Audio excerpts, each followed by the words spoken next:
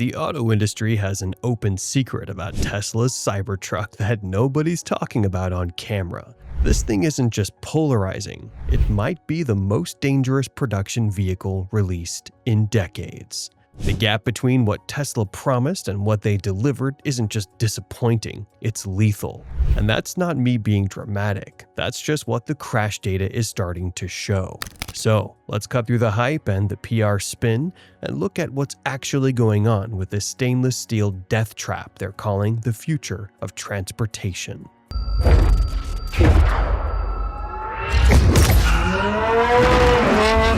Let's start with the elephant in the room, that ultra-hard 30 times cold-rolled stainless steel body. There's a reason other manufacturers don't use stainless steel for entire vehicle bodies, and it's not because they lack vision or whatever BS Tesla's marketing department is feeding you.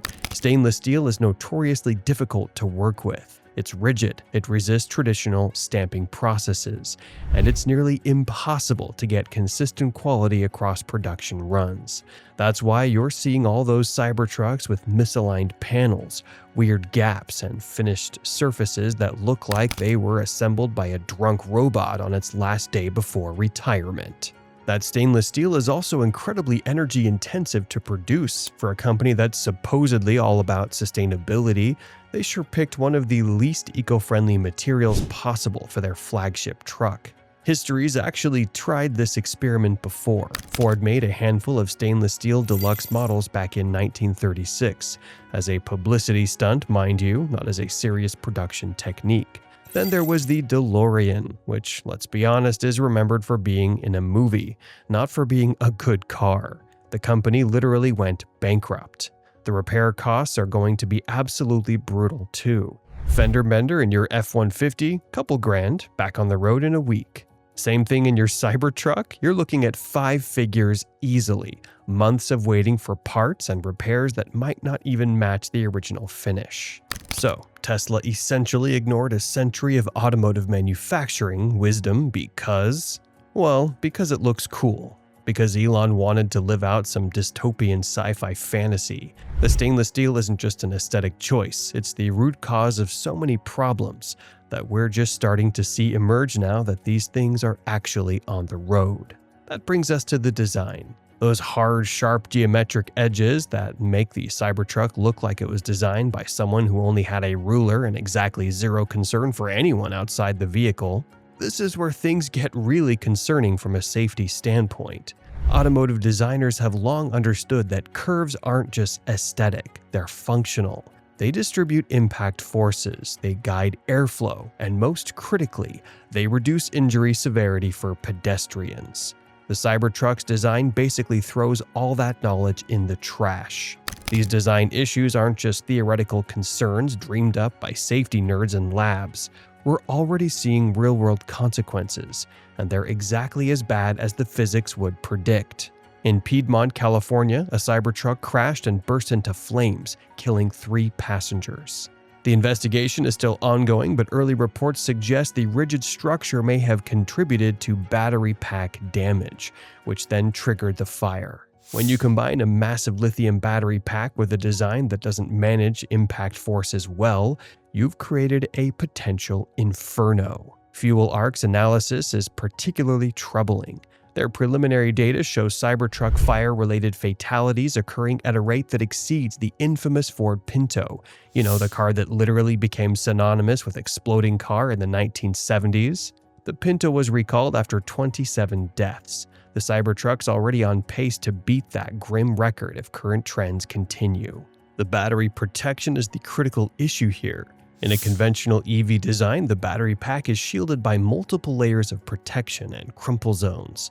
The Cybertruck's exoskeleton approach means there's less engineered deformation to protect that massive battery. When lithium batteries fail catastrophically, they don't just burn, they create their own oxygen supply, making the fires nearly impossible to extinguish with conventional methods. There's been at least 7 documented cases of Cybertruck battery thermal events in the first few months alone.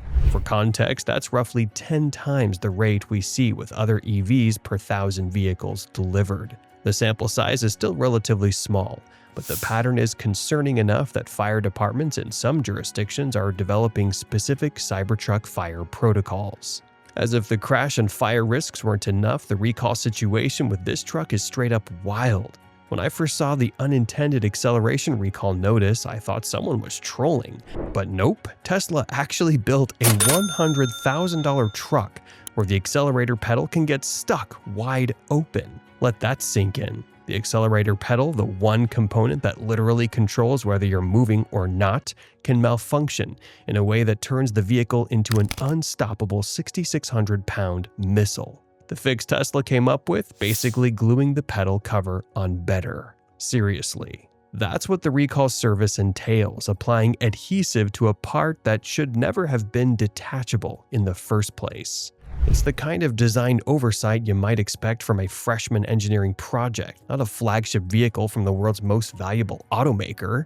But wait, it gets better. The dashboard font recall might sound trivial, but it's actually terrifying when you think about it. The warning symbols, the ones meant to alert you to critical system failures like brake problems, were too small to read properly. Tesla literally designed a dashboard where you can't see the warnings telling you your truck is about to become unusable. We've also got windshield wipers failing and trim pieces literally flying off at highway speeds.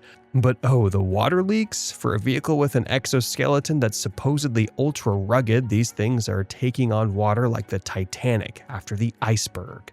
The seals around the vault, Tesla speak for the bed cover, are particularly problematic. Owners are finding puddles in their cargo areas after even light rain. The list just keeps growing. And remember, this is still early days. We're seeing first-generation problems that should have been caught in basic quality control.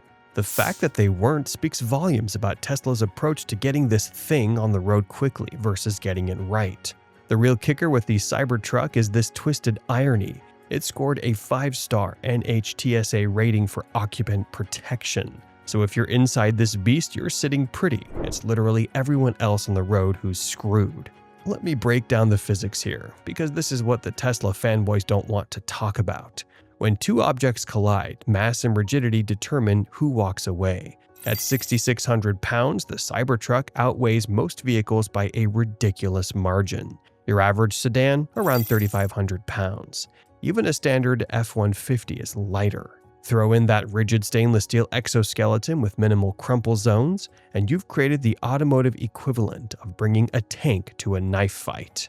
Traditional vehicles use crumple zones to absorb and dissipate crash energy. The Cybertruck's body, by design, transfers that energy directly to whatever it hits. If that's another vehicle, the occupants of that vehicle are going to have a really bad day. The European Transport Safety Council has been crystal clear that vehicles with high riding, flat fronts increase pedestrian fatality risk by up to 40%. 40%. And the Cybertruck is basically the poster child for high riding, flat front. The thing sits nearly 70 inches tall at the hood. That's chest or head height for most adults. Normal cars are designed so that if they hit a pedestrian, the person rolls onto the hood rather than being thrown under the wheels. The Cybertruck's tall, flat front means pedestrians are more likely to be knocked down and run over. So, is it okay to make yourself safer by making everyone around you less safe? Because that's exactly what the Cybertruck does. It's automotive Darwinism, survival of the biggest, regardless of the consequences for everyone else. If you're enjoying the video so far, don't forget to like, comment, and subscribe. It helps us a ton and keeps the content coming. Alright, back to the topic. You don't have to take my word on how concerning this all is. The public reaction is telling the real story. And even the die-hard Tesla fanboys are starting to have second thoughts. Tesla claimed to have over 2 million pre-orders at one point, with people putting down $100 deposits to secure their place in line. But the cancellations have been skyrocketing as these safety and quality issues become more public. After the unintended acceleration recall announcement, Tesla's stock dropped nearly 4% in a single day. Major investors and analysts who have historically been bullish on Tesla are starting to hedge their positions. Social media has been absolutely brutal. The Cybertruck has spawned more memes than actual deliveries at this point. The jokes about unintended acceleration leading to intended hospital visits are everywhere. #CyberjunkTruck has been trending off and on since the recall started. Even Tesla forums and subreddits, typically fierce defenders of anything Musk produces, are showing unprecedented levels of criticism. Longtime Tesla owners who've defended everything from panel gaps to phantom braking are drawing the line at potential fire hazards and accelerator malfunctions. The resale market is another telling indicator. Early deliveries were commanding massive premiums on the secondhand market. We're talking $50 to $100K over MSRP for the first Founder Series trucks. But those premiums have collapsed in recent weeks. Some early adopters who paid those inflated prices are now trying to offload their trucks at or below original MSRP, taking massive financial hits just to get out from under them. With public opinion shifting, the regulators aren't far behind. In fact, there's a regulatory storm brewing that could seriously derail Tesla's plans for the Cybertruck. The NHTSA has opened multiple investigations into Tesla's safety practices. In Europe, things look even bleaker for the Cybertruck. European safety regulations are much stricter, especially regarding pedestrian safety. They actually care about what happens to the person getting hit, not just the person doing the hitting. The European New Car Assessment Program, Euro NCAP, would rate the current Cybertruck design so poorly it would be commercially dead on arrival. There's a real possibility that the Cybertruck might be banned from European roads entirely, which would be a massive blow to Tesla's global ambitions. Australia's regulatory body has already signaled they'll likely block importation entirely, without major design modifications. Even China, which has been relatively EV-friendly, is pumping the brakes. Their regulatory framework has specific pedestrian impact requirements that the Cybertruck simply can't meet without fundamental redesigns.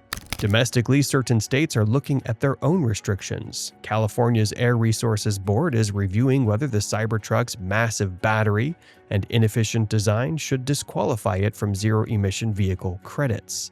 And several cities are considering banning them from downtown areas based on pedestrian safety concerns.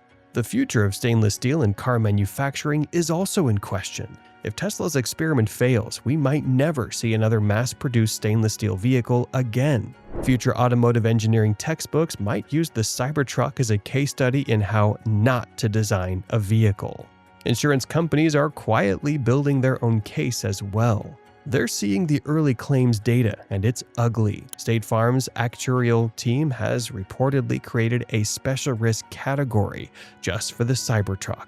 So, where does all this leave us? Is the Cybertruck really the future of transportation, or just an expensive, dangerous experiment that shouldn't have left the prototype stage? I'm not some anti-Tesla crusader, but Tesla promised us the future.